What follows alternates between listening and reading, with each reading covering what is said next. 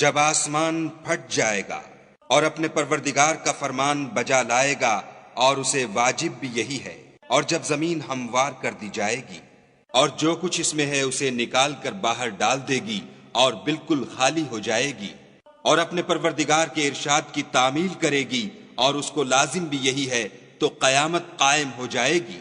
اے انسان، تو اپنے پروردگار کی طرف پہنچنے میں خوب کوشش کرتا ہے، سو اس سے جا ملے گا۔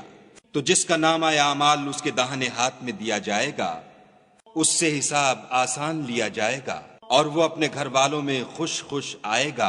اور جس کا نامہ اعمال اس کی پیٹھ کے پیچھے سے دیا جائے گا، وہ موت کو پکارے گا اور دوزخ میں داخل ہوگا۔ یہ اپنے اہل و عیال میں مست رہتا تھا اور خیال کرتا تھا کہ خدا کی طرف پھر کر نہ جائے گا۔ ہاں اس کا پروردگار اس کو دیکھ رہا تھا۔ ہمیں شام کی سرخی کی قسم، اور رات کی، اور جن چیزوں کو وہ اکٹھا کر لیتی ہے ان کی، اور چاند کی جب کامل ہو جائے کہ تم درجہ درجہ رتبہ اعلیٰ پر چڑھو گے،